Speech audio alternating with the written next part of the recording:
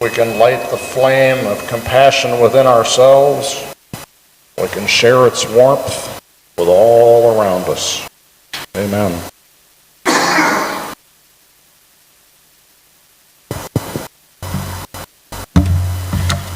I paid a visit to the dermatologist this week, and my dear Dr. Kim, who I've had a long relationship with, went all over, blasted me with liquid nitrogen, leaving me covered with spots, red spots. Colleen knows all about it.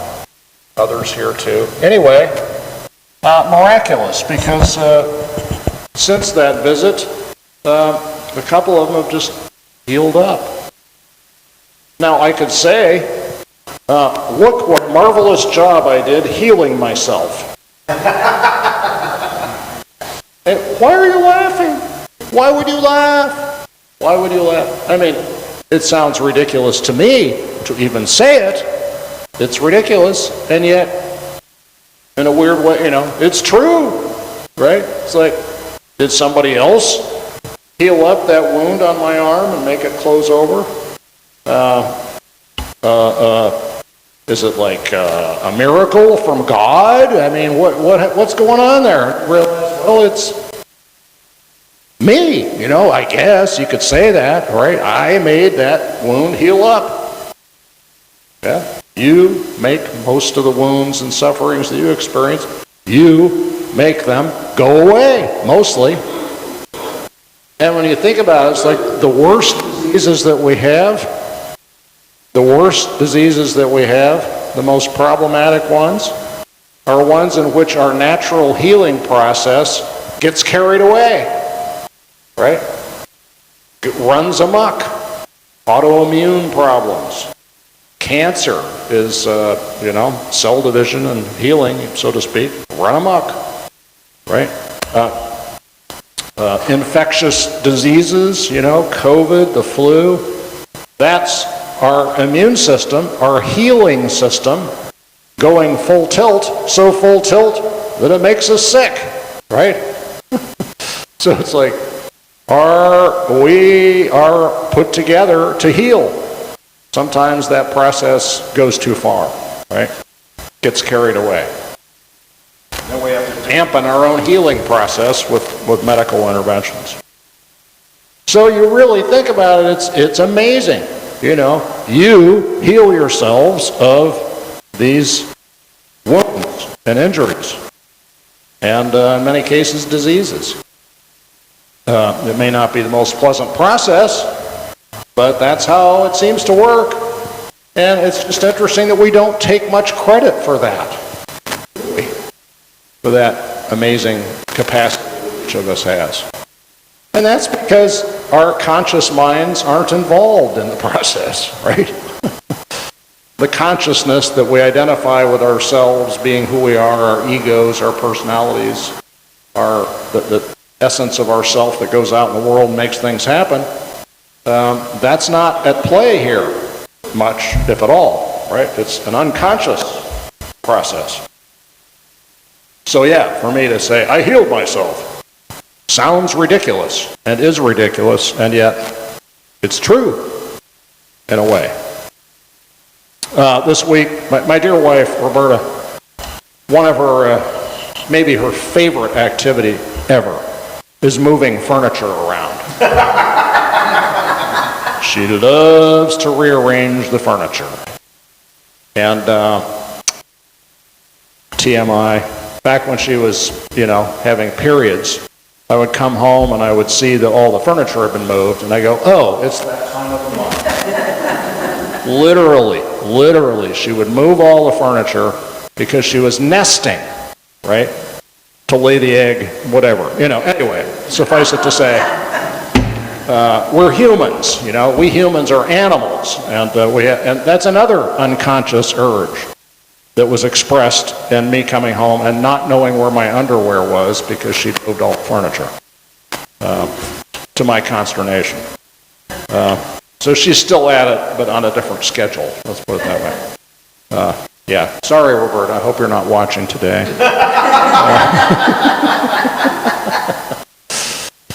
But there it is. It's Is this one going on YouTube? I'm just kidding. I'll have to think about that, yeah, whether or not we should put this up on YouTube this time. Yeah. Anyway, long story shorter, I should say. She likes to move furniture, so this week she moved some furniture, and she actually develops a kind of a superhuman strength when she gets the urge to move furniture. Do you ever get that when you really want to do something and you find yourself able to do things you didn't think you possibly could? There's people like Susan who decide to do things that she thought she could possibly do and then wind up with, messed up shoulder, but, again, this won't go on YouTube. Anyway. Yeah, this is what we do. We get energized and we try doing stuff that maybe we shouldn't do. Anyway, she got energized, she moved some furniture, and she put the leg of a piece of furniture through the wall. So there's now a hole in the wall. And I thought about this, getting ready for today's sermon. I'm thinking, it's like, why don't we pray for God to heal holes in our sheetrock? Why don't we say, oh dear Lord, please Lord, heal that hole in the sheetrock? We don't do that. That's just not culturally a thing. Now, there are plenty of people who think that Jesus, if he wanted to, that Jesus could miraculously, if he were here today in the flesh, he could just make that hole go away, which would save me a lot of trouble in our house right now. Anyway, patching the sheetrock. But no, we don't generally go about praying that God will repair broken holes in sheetrock or dings in our furniture or the like. But we do go about praying for physical healing. And the irony of that is that most of our physical healing happens without our conscious involvement at all. Amazing. So what's up with this healing business and how it relates to our religion? Well, you look at the Bible, you look at the Bible stories, and you start to piece it together a bit if you get into the context, right? Number one, Jesus, the biblical era, was not one that had much in the way of efficacious science or medicine, right? And diseases were not well understood. And assumptions were made that we now recognize don't work, don't make sense. And one of the most important assumptions that was made is that disease was a manifestation of a rupture in a person's relationship with God, right? That it was a consequence of your sin or your parents' sin or your grandparents' sin, and that it had social consequences as a result, right? That sick people were unclean. Now, there was some practical value to that assumption. This is before scientific public health, right? And you have infectious diseases like leprosy, and it's like, yeah, probably, got to isolate people in that situation. So the result of this is social isolation going along with illness, right? Now, we, still today, that's a thing, right? Who here has not felt socially isolated as a consequence of some kind of a health problem? Yeah? Everybody at some point feels that social isolation that comes with illness. The loneliness, it's a real serious problem. And one we must be sensitive to always with each other in our communities, in our church. That, a big part of the illness is that not being able to come here. I was this week paid a visit to Dot Blankley, okay? Everybody knows Dot, right? Dot rocks, I must say. And she can't get here anymore. Sundays is when her family gets together, and so, they drive her, makes sense for her to be there. But yeah, she's homebound mostly, can't drive. But man, what a character. What a fun, cool character. What a joy to pay a visit to Dot. And she sends her regards, and I passed on ours to her. But there's an example, just the way that the infirmities of our bodies get in the way of our social relationships. So that's real, and it was real then too, but it was exacerbated by this belief system that sin was involved in this. Blindness. As I think I've shared before, the ancients, pretty much everybody, including Jesus, believed that the way that you see things is that there's light inside of you that comes out of your eyes and interacts with the light in the world and comes back, and that's how you see. Whoa, that's something. The term for it is extramission. The belief that light comes out of your eyes. So I see a little shine, a little glimmer in Susan's eye. That's the light coming out of her head, right? The light within.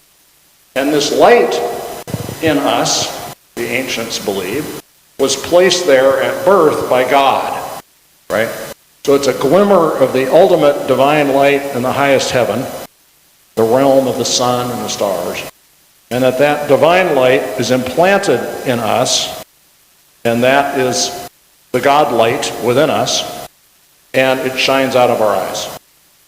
Now, if that light goes out, then you can't see, and it's also a sign that the divine glimmer within isn't there. So you're God deficient. You can't see, right? So that's a kind of a heavy thing, yeah? It's like it's bad enough to be, suffer from sight, vision problems, but then to compound that with this belief system that it means that God has abandoned you or you have left God somehow, you're cut off from the divine. Oh man, that's heavy. Yeah, that's very heavy. So when Jesus was healing the blind of their sight, to get their sight back, it wasn't just, being able to see again, it was being able to be in communion with other people and be back in the good graces of the divine and back in the good graces of society. I've had this conversation with fundamentalists many a time. They say, I'm a first century Christian. I heard that at USC, fundamentalist campus ministers. Yeah, we're first century Christians.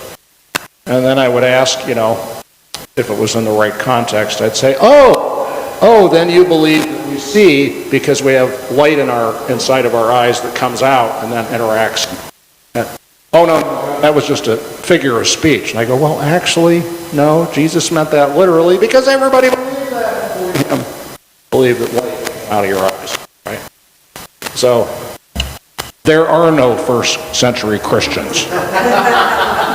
It's just not what's up, They don't know that, but that's the reality. I'd always get looks of consternation at that point. They didn't know how to respond to that one. But again, half of this healing work, at least half of what Jesus was doing in healing, was social healing, right? Spirit healing the spirit, healing the soul. And doing that via community, bringing people back into the community. Lepers, cast out. He heals the leper. They come back into society. That's a huge part of these stories. And it's what we do for each other right here. That's what we do, is we heal each other by bridging that social gap that happens as a consequence of illness. As best we can. Back in COVID, we could not get social physically with each other, but we had other ways, did we not? Other ways of reaching out and healing that divide in that time of pandemic. So, we embrace the spiritual aspect, the social, communal aspect of healing. At the same time, we embrace the science that goes with healing. And we reject the pseudoscience that has now become prevalent in our government, which is disastrous, terrible.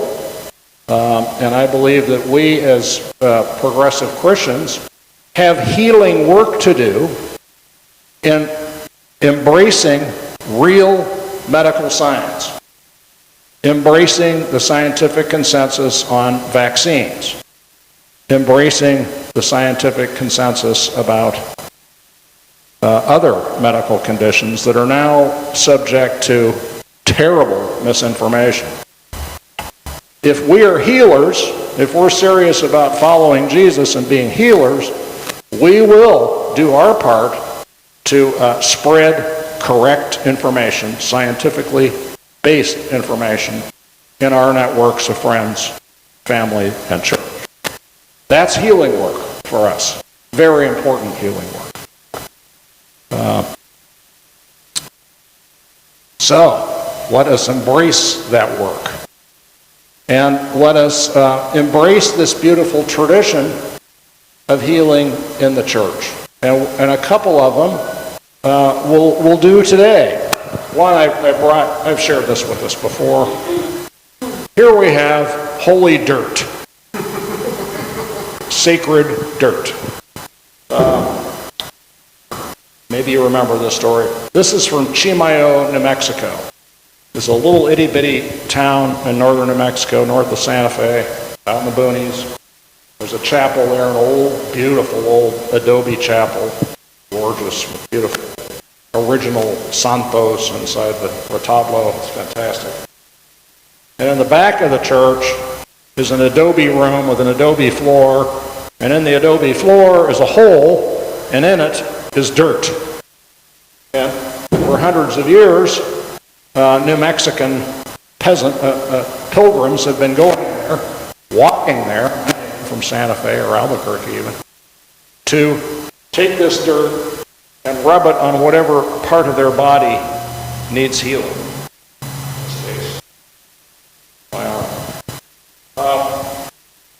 And then the walls are covered with crutches and other remembrances of illnesses and injuries that have been healed.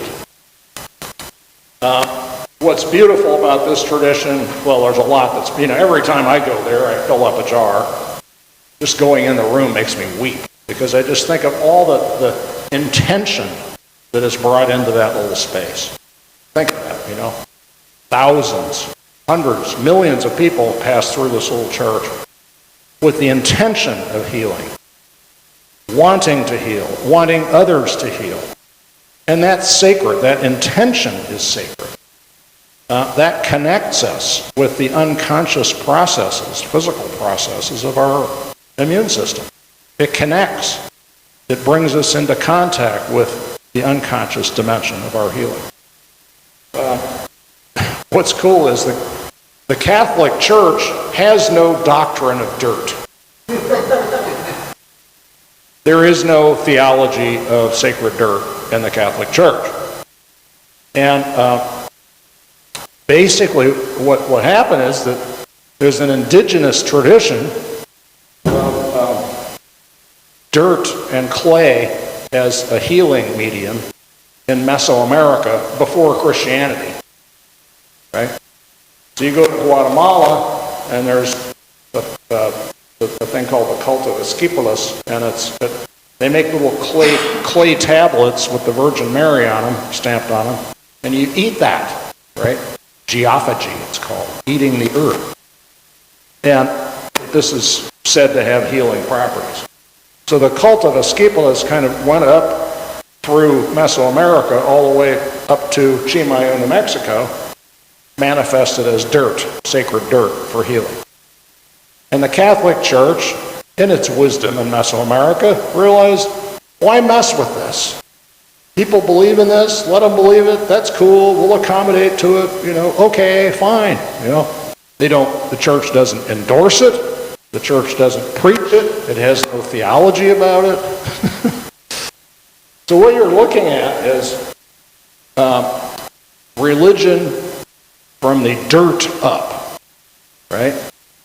This is indigenous faith. This is spirituality of the people, right? And the church couldn't stop it, right? So it just let it happen.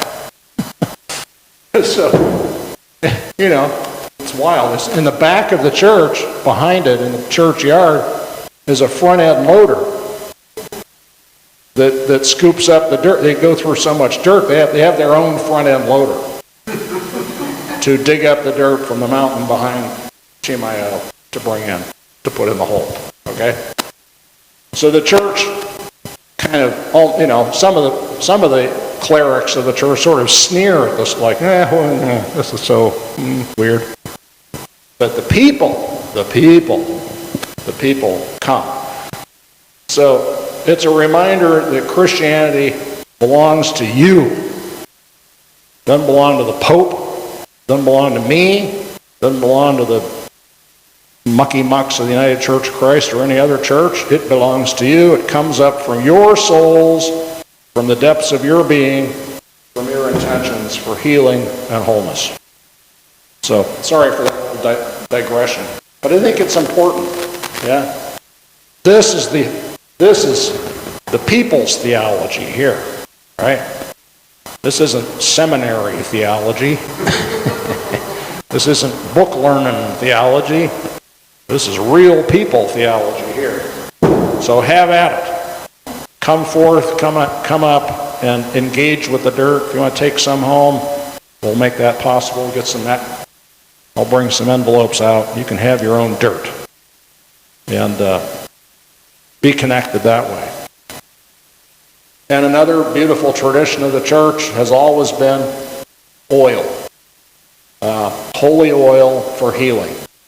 And so this is special oil, Josie Marin 100% pure organic argan oil. So my stepdaughter's makeup company, this is their main product. So I pass this around, hold this, and infuse it, if you will, with your intention for person, and I will anoint folks who come forward later, but hold the bottle, pass it around, and infuse this oil with your intention for your healing and your intention for the healing of all of us in our community, our wider UCC SEMA community, and your commitment to be healers of the world, right?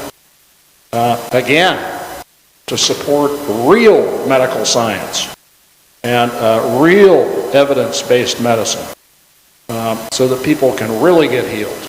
And we can be serious about that in this country once again. Infuse it with your intentions. And then after you have done so, we'll have a time of anointing for those who would like to do that.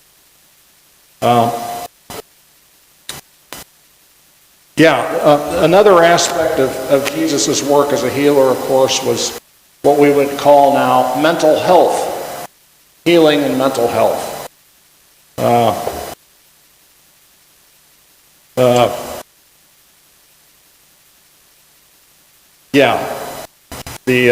The Gerasene demoniac story. Jesus goes to, giving it a sniff. Yeah, it's nice. Oh, she's just getting busy with it right now. I love it. Again, healing belongs to the people, right? It's ours, our tradition. We do with it as we need to do.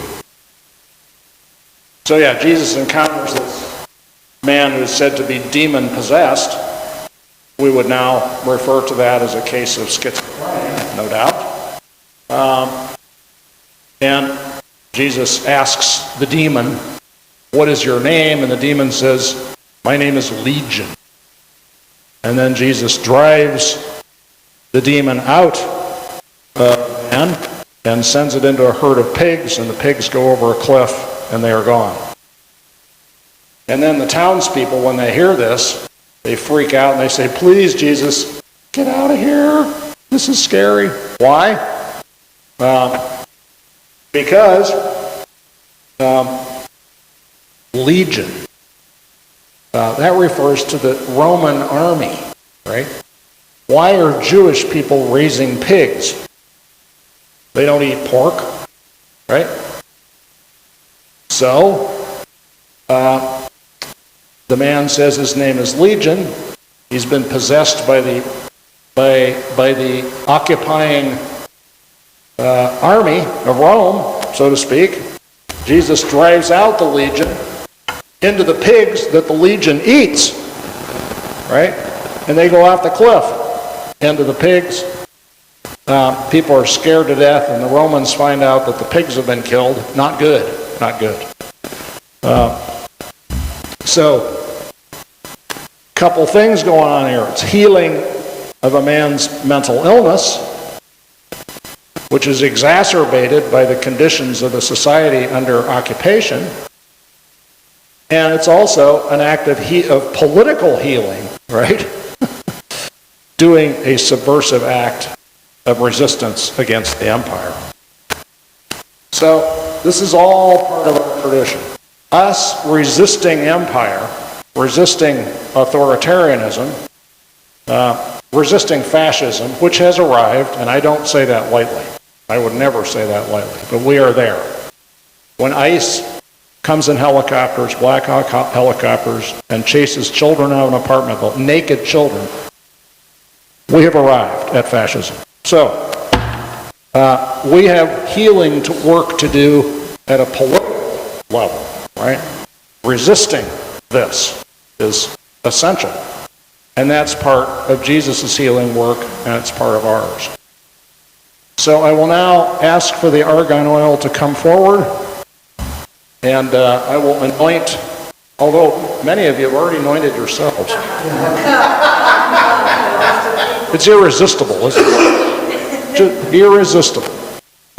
Oh, speaking of healing work, we have Yes on 50 posters here being delivered as we speak for those who wish them by our dear friend Heather. So stick around after worship and talk to Heather. So, as you wish, come forward. I offer you anointment with oil for healing of body and soul so that you may be whole. May you be whole, body and soul. And may the sign of the cross on your forehead with oil be the beginning of that journey. Come and receive.